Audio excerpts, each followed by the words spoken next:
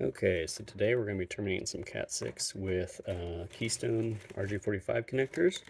I'm using yellow because our color code is yellow for video, and these are going to be video over IP transmitters that are going to be on the other end of these devices, so that's why we're using yellow in this case. Obviously, most common is blue. We use that for data. So anyway, we've got a timer here. Going to time and see how long it takes to go ahead and terminate this guy. I'm not going to try to like rush through it real quick or anything, just kind of keep a normal pace. Basically just go through it, get it terminated, and then what I'm going to do is I'm going to go through again slower and just kind of explain the process and what I do. So we're going to go ahead and start by doing a timed run. So I'm going to go ahead and start my timer and we'll get started. So get this thing stripped off and scored.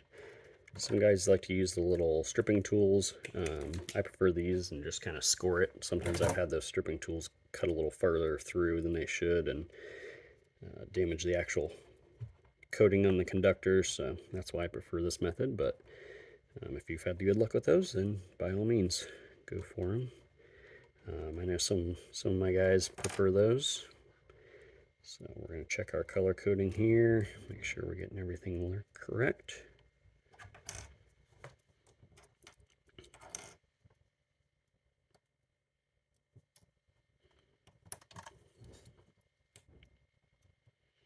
Get everything pushed in nice and good.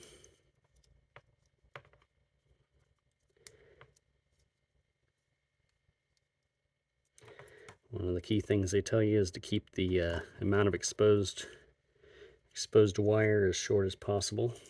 So that's one thing I like to do, which I'll go into a little more detail on that when I do this. I find twisting these side pieces only takes a second or two and makes your trash pickup a lot quicker. I'm walking in behind some guys that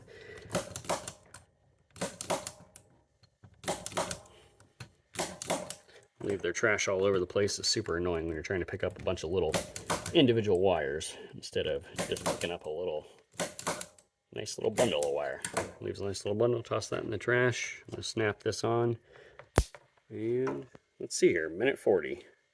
So not too bad. That seems fairly typical. Looks good. We always test our lines. Obviously the other side of this line's not terminated yet, but I always like to test to make sure that line's good. I mess up just like anybody else, and so it's always good to double check yourself. We do it basically where once we test it, that's our cue to go ahead and get it labeled and patched in if possible, if it's already in a panel. So we do that kind of all in one step. So anyway, I'm going to grab another piece of wire. The other end of this is actually going to go into a rack. It's a pre-made, kind of a pre-terminated cable that is going to get cut to length on the other end and popped into the rack on that end. So these are just basically short jumpers that we're making up to go between the patch panel and the equipment that's going to be living in that rack. So I'm going to grab another piece here, another keystone, and I'll go through a little slower this time and explain what I'm doing.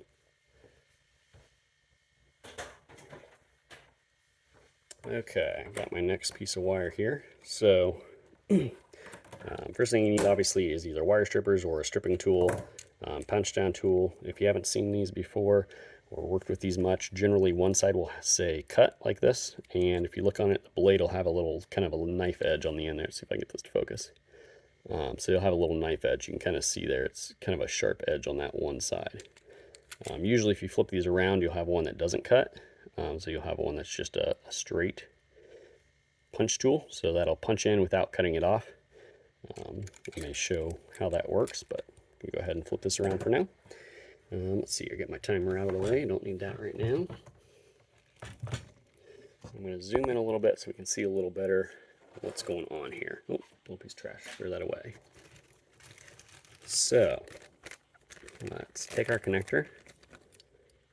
RJ45 Keystone connector. On the side here, it'll have your pinouts for 568A, 568B. At least these do. Sometimes it'll be actually inside the connector. I like these on the side because it's really easy to double check them.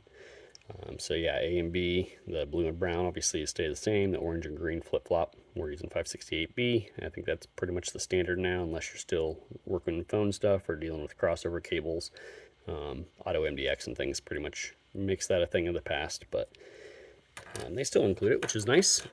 So this is a little keeper that snaps on. Just keeps all your wires in place, holds everything, protects everything, keeps it from coming out. They do yank out. Oops. The wires can be yanked out fairly easily if you get some force in the right direction, so that keeps that from happening. So first thing I like to start with is take my wire. I like to always strip it the same length. If you're doing a bunch of lines, or maybe you're doing a whole bundle coming down, it's nice to get all the lines the same length. So I'll chop them all off even with each other.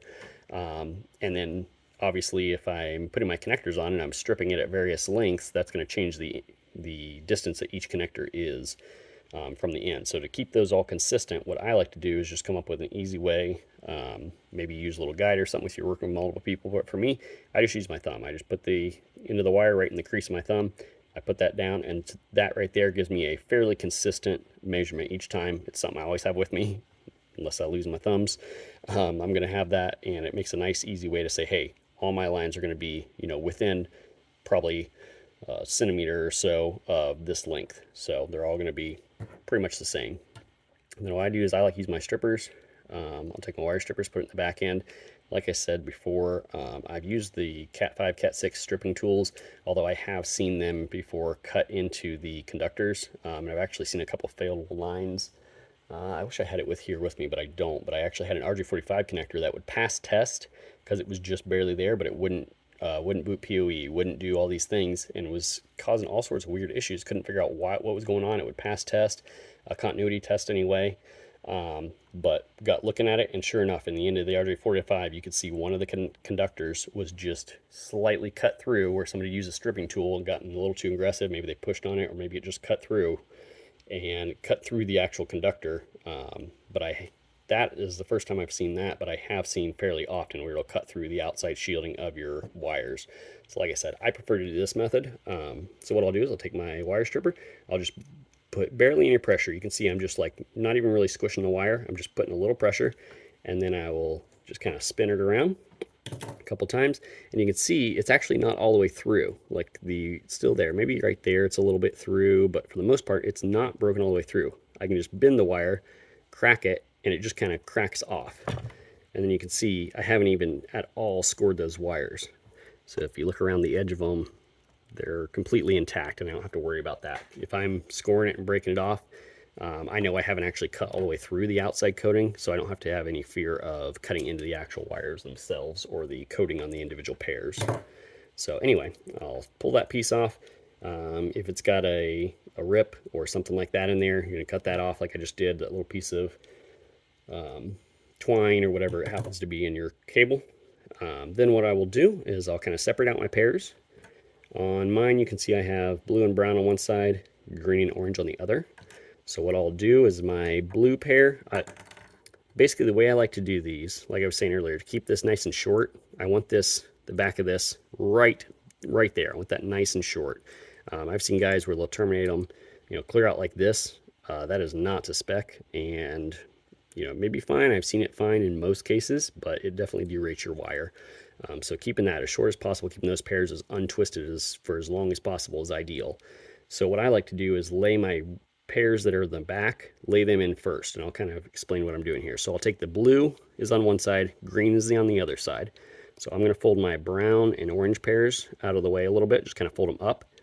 I'm going to take the blue pair, I'm going to bend it at a 90, and that gives me like a little lever to just untwist it, because I don't need this whole thing untwisted. All I'm doing is need to seat the wires in here. So going through here and untwisting the whole thing, it's just taking time, just consumes time. So by putting it at a 90 degree, you got a little lever, you just untwist what you need. You can see that my white pair for my blue is in the back. So I'm going to untwist that until it sits nicely with the white pair in the back, the blue in the front. I'm going to go to the other side. I've got my green pair, so I'm going to do the same thing. Bend that over, just twist it until I've got that pair set up there. You can see now they're both set. My orange and brown are out of the way, just bent up in the air here. Turn this sideways so you can see I just kind of bend them up in the air so they're out of the way. Got these two set. So I'm going to just kind of set my wire. I'm not pushing it all the way down in the connector. I'm just kind of setting it so the pairs are right on the top. Now I can line my pair up. So I'm going to take my blue pair, get them lined up with the slot, push them down in by just taking my fingernails on either side and pushing in. I'm going to do the same with the green. Line it up. Get that out of the way if I need to. Put my fingernails on either side.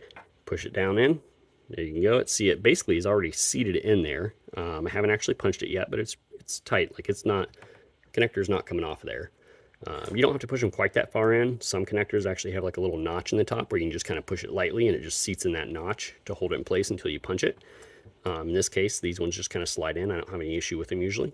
So now what I'm going to do is I'm going to take my brown pair, my brown and orange. I'm going to do that same thing. Now I don't need these untwisted clear back here, so I'll kind of put my fingernail here to keep it matched where I need to be. I'm going to bend it at a 90 and I'm going to spin it. And you see by default, it wants to have that white pair in the front. So I'm actually going to pull it out a little bit. Take my fingers, just kind of pinch it and twist it a little more. So I am untwisting that a little further. Sometimes you need to. Now they line up perfectly. Same thing, push that down in there. Now I'm going to do the same with my orange pair. Bend it over, twist it until I've got my pairs in the order I want them. And slide that pair down in there. There we go. Now, like I explained earlier, I like to twist these. Just twist this together. Like I said, it's less pieces of wire to have to pick up. Since I'm not untwisting them all the way, I don't have 4 wires on each side to pick up, so I don't have 8 wires to pick up. I already only have 4.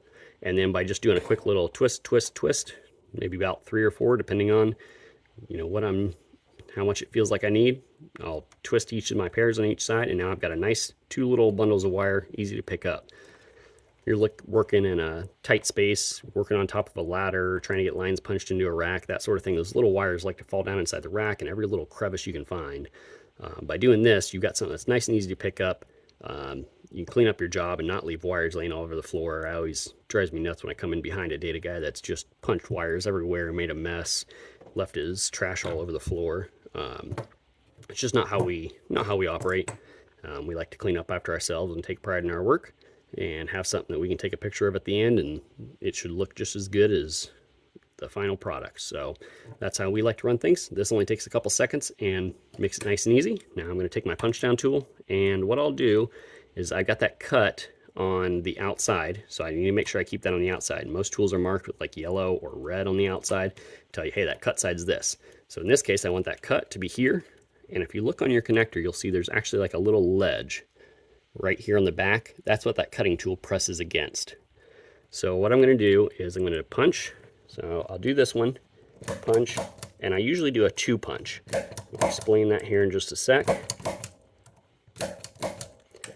And there we go. This piece falls off. We got this nice, easy to grab piece. Toss that in the trash, and boom, I cleaned up that side. So now this time I'm going to see if I can hold this way and explain what I do with the double punch. So what I'll do is the first time I punch, let's see if I can get this so you can see it, I'll punch straight down. So just nice and straight. Boom. Now that gets it punched in, it's seated, it's all good to go. Sometimes the second punch isn't bad if it didn't seat properly or something, but the biggest thing I use the second punch for is you'll see I'll tilt my tool out a little bit. Remember how I said there's this little ledge here and there's this cutting blade? I want to make sure I get a nice clean cut. There's nothing worse than getting them all punched down and then trying to get it free. Your lines didn't cut all the way through, it didn't make a good contact on the cut, and you're trying to like wiggle it back and forth or break it free or whatever. It's just annoying. So what I will do is I'm going to over exaggerate this, but on my second press, I will tilt my tool outward away from my connector. So if my connector is straight up and down here, so if here is straight up and down, I'm going to tilt it outward. This is over exaggerated. I'll really only go maybe a couple degrees, but what that does is that gets that cutting tool pushing down on that ledge really firm and gets a nice good cut on it. So now I'll push out, I'll punch again. So punch, tilt, punch, punch, tilt, punch, punch, tilt, punch. So now I've got all those. If it didn't cut quite through, probably because I was pushing on my hand, I can wiggle it up and down a few times and boom, breaks right free. So generally when I'm pushing on a hard surface, sometimes you are pushing onto your hand or onto a ladder or something that isn't a good surface, and you got to do that a little bit. But generally if I'm pushing on a hard surface, I won't have any issue with those breaking off, and I don't have to have my punch down tool in high impact. I'll keep it in low most of the time unless I really am having trouble with one or need one to get locked in really tight. So yeah, so that's pretty much it. I'll take my keeper and snap this on. These connectors that we get, I don't know if they do it on purpose, but every 10 to 20 bags they throw in an extra keeper in the bag, so I'll take those extras and I'll toss them in my bag.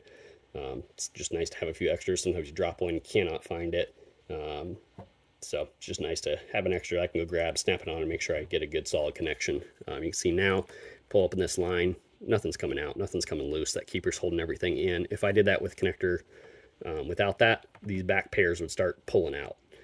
They'd basically pull out of the slots that they're in. So that way, even if something happens, somebody steps on the line or yanks on things, I know that my connectors are going to make a nice good seat. If it's inside a wall or something like that, maybe somebody yanking down on a line, pulling lines downstairs, trying to figure out what's what. You know, they pull slack out of the line, start yanking on things. You know, it's just something that's going to cause issues down the road. So there we go. So we got a nice clean connector, clean connection. We got the coating all the way into the edge. A really nice clean connection. So, and like I said, you can do that in about minute 40. I mean, no more than about 2 minutes once you've done a few of them. That does it take. Usually the guys that we train up, that's about what we aim for. So a little bit longer to unpack your connectors and things like that. But if you're doing a bunch of these, you can kind of get in a pattern and get going. Or even get a second guy and have one guy stripping and getting the connectors ready, one guy seating them in or punching them, however you want to do it. So anyway, that's all there is today.